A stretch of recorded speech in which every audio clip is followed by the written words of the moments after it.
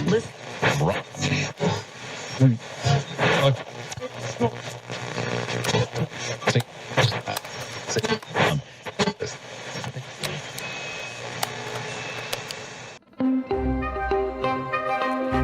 semua, kembali di channel Hani Wandira dengan cerita dan fakta-fakta misteri di sekitar kita.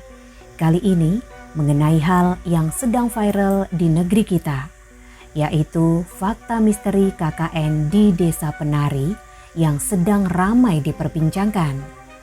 Kisah horor tersebut diangkat dari tweet Twitter yang ramai, lalu dibuatkan sebuah film yang tayang di bioskop pada tanggal 30 April 2022 berjudul KKN di Desa Penari. Film tersebut mengalami penundaan tayang selama 2 tahun. Namun, hal itu tidak membuat antusias penonton memudar. Setelah film itu resmi rilis, antusias penonton yang penasaran dengan film tersebut masih membludak hingga menjadi viral di berbagai media sosial. Tingginya angka penonton film KKN di Desa Penari membuat banyak masyarakat yang penasaran dengan keaslian cerita tersebut. Penikmat filmnya bertanya-tanya, apakah cerita itu fiksi atau memang benar-benar terjadi? Fakta terbaru menunjukkan bahwa kejadian nyata terjadi di situs wisata Rowo Bayu, Banyuwangi.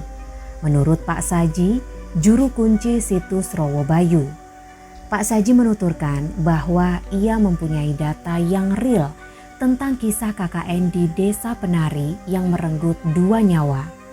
Tidak hanya Pak Saji, Pak Sudirman juga ikut membeberkan kebenaran kisah KKN di Desa Penari.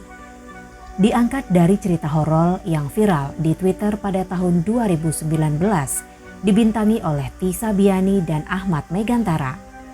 Kali ini, simak 8 fakta misteri KKN di Desa Penari.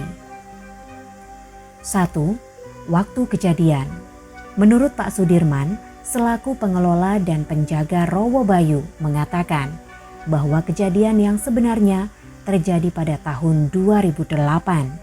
Berbeda dengan cerita viral di Twitter yang menyebutkan tahun kejadian pada 2009. 2. Jumlah anggota KKN sebenarnya. Jumlah mahasiswa yang mengikuti KKN menurut Pak Saji ternyata sama dengan cerita yang diangkat oleh Simple Man, berisi 6 orang mahasiswa. 6 orang mahasiswa itu terdiri dari Widya, Nur, Ayu, Bima, Wahyu, dan Anton. 3. 2 orang yang meninggal. Menurut fakta yang diberikan oleh Pak Sudirman, 2 orang yang meninggal adalah sepasang kekasih. Berbeda dengan cerita yang diangkat oleh akun Twitter Simple Man. Dalam cerita tersebut yang meninggal adalah Bima dan Ayu. 4. Meninggal setelah dijamu makanan. Jika dibanding dengan kisah Pak Saji selaku kuncen Desa Rowo Bayu, 2 orang itu merupakan sepasang kekasih yang meninggal setelah dijamu makanan oleh para penunggu hutan yang mereka temui di lokasi bagian atas Rowo Bayu dan diundang bertamu ke rumahnya. Di sana, 2 mahasiswa tersebut diberikan makanan dan minuman dan dibungkuskan untuk dibawa pulang. Bahkan, penunggu hutan bercerita kepada 2 mahasiswa itu bahwa desa itu bernama Desa Penari. Setelah selesai bertamu ke rumah orang yang mereka temui di hutan, 2 mahasiswa ini pulang dengan membawa makanan yang telah dibungkus. Setelah sampai, mereka menceritakan kembali peristiwa yang mereka alami di atas Rowo Bayu. Namun, tidak ada temannya yang percaya. Berusaha meyakinkan, 2 mahasiswa ini menunjukkan bungkusan makanan yang mereka bawa. Setelah dibuka, ternyata berisikan kepala monyet yang penuh dengan darah. 5. Kejadian setelah dijamu makanan. Tak lama setelah 2 mahasiswa yang bertamu itu membawa pulang kepala monyet, yang laki-laki meninggal dunia beberapa hari kemudian. Disusul juga dengan perempuan meninggal dunia 1 bulan kemudian setelah kejadian. Dalam cerita Simple Man, yang mengalami kejadian bertemu penunggu hutan adalah Widya dan Wahyu. Namun, dalam cerita Simple Man, Widya dan Wahyu tidak meninggal. 6. Penulis masih belum diketahui. Sampai saat ini, penulis KKN di Desa Penari belum diketahui. Kisah tragis ini masih menyimpan misteri hilangnya nyawa 2 orang mahasiswa KKN di Desa Penari.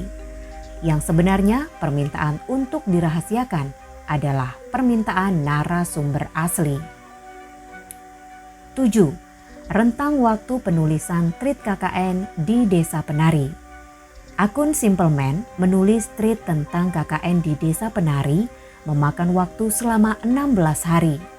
Kisah ini diambil dari 2 versi. Yang pertama pada 24 Juni 2019 hingga 5 Juli 2019 untuk versi Widya. Sedangkan versi yang kedua dari versi Nur yang ditulis selama 5 hari dari tanggal 20 Juli 2019 hingga 25 Juli 2019. 8. Pesan moral. Selain sensasi horor yang didapatkan dari kisah ini, ada pesan moral yang bisa didapat dari cerita KKN di Desa Penari. Keharusan untuk menjaga tata krama dimanapun memijakkan kaki. Tidak melakukan larangan-larangan yang sudah diberitahu oleh warga setempat. Menghargai adat istiadat yang berlaku dimanapun kaki dipijakan.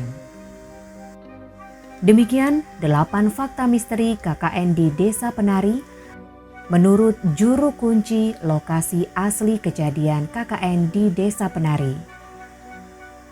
Untuk mendukung channel ini, jangan lupa subscribe, like, komen, dan juga share video ini. Sampai jumpa.